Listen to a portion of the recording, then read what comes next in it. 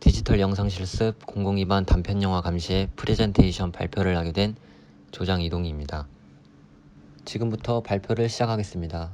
저희 영화의 기획 의도는 SNS 사용이 활발해지면서 사람들은 무의식 중으로 사생활을 노출하고 있습니다. 이를 이용한 SNS 범죄가 생겨나고 있는 추세이고, 극 중에서 도우는 SNS를 통해 자신의 개인정보 중 집과 그 일대의 위치를 무의식 중으로 노출시키는 사람의 대표적 예를 의미합니다.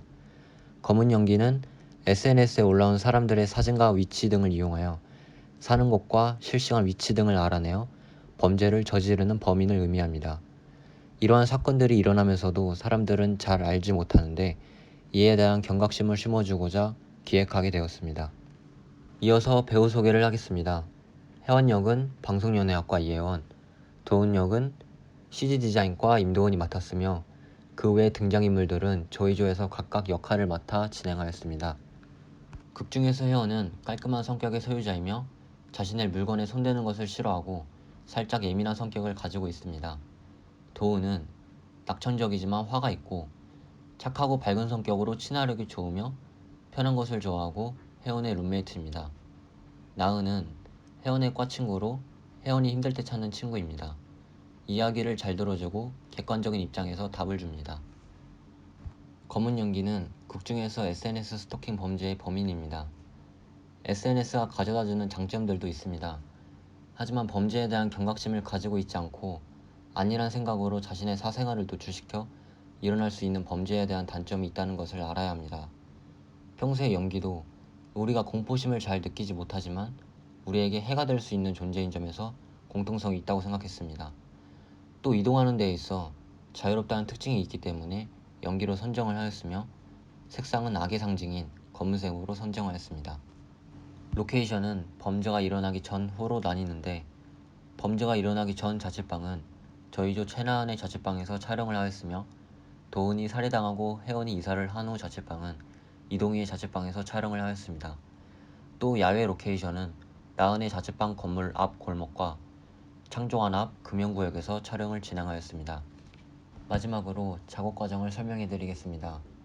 컷 편집, DI, 시각효과, 사운드로 나뉘는데 컷 편집에서는 관객들의 입장에서 카메라로 찍었다는 느낌보다 직접 영화에 나오는 상황을 보고 있다는 느낌을 주고 싶었고 행동 하나하나 자연스럽게 이어질 수 있도록 매치컷에 중심을 두고 편집을 하였습니다.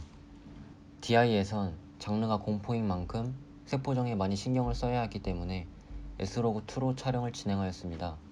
색규정으로 압축되어 있던 색을 펴준 다음 색보정을 진행하였는데 저희 영화에서 계속 한 톤으로 가기보단 실내와 야외에서 색을 나누었습니다. 실내에선 그린톤으로 진행을 하였고 야외씬에선暗부를 죽이고 영부를 살리면서 대비를 주었습니다. 그리고 도훈이 핸드폰으로 치킨과 자취방을 촬영하는 씬에선 핸드폰 카메라의 느낌을 살리기 위해 S로그2를 끄고 촬영을 하였으며 톤은 실내 씬에서 썼던 그린톤과 맞춰주었습니다. 다음으로 시각효과 작업 과정에 대해 설명해 드리겠습니다. 첫 번째로 핸드폰 카메라의 느낌을 살리기 위해 카메라 레이아웃을 합성하였습니다. 검은 연기가 소나무 숲에서 등장하는 씬에선 앞에 있는 나무를 로터를 따고 공간감을 주었으며 연기의 색을 검은 톤, 그리고 연기 끝부분을 그린 톤으로 맞춘 후 영상과 일질감이 없게 합성을 진행하였습니다. 이 씬에서도 마찬가지로 동일한 작업 방식으로 진행되었습니다. 혜원이 고통받고 있는 씬에선 검은 연기가 집어삼키는 듯한 느낌을 주기 위해서 트래킹을 한 후 로터를 땄고 로터와 트래킹 그리고 검은 연기를 연결시켜 검은 연기가 집어삼키는 듯한 느낌을 주었습니다. 인물 전체를 집어삼키기보다는 머리와 다리 부분을 분리시켜 집어삼키고 있다는 느낌을 주었습니다. 그리고 사운드에 맞춰 집어삼키던 연기는 사라지고 앵글로 검은 연기가 날아오며 시네마스코프를 뚫고 나옵니다. 이의 의도는 검은 연기, 즉 SNS 스토킹 범죄가 우리에게도 다가올 수 있다는 경각심을 주기 위해 이러한 연출을 하였습니다. 그리고 타이틀 부분은 3D로 진행을 하였고 텍스처와 라이팅으로 피가 묻은 듯한 느낌을 주었습니다. 마지막으로 사운드에서는 처음부터 배경음악이 나오는데 이유는 장르가 갑자기 바뀌는 느낌을 주기 위해 처음에 공포와는 거리가 먼 느낌의 배경음악을 사용하였고, 혜원과 도원이 다툼을 난 후 극중 전개가 절정으로 가고 카메라 앵글과 스토리에 맞춰 사운드 이펙트로 장르를 변경시켰습니다.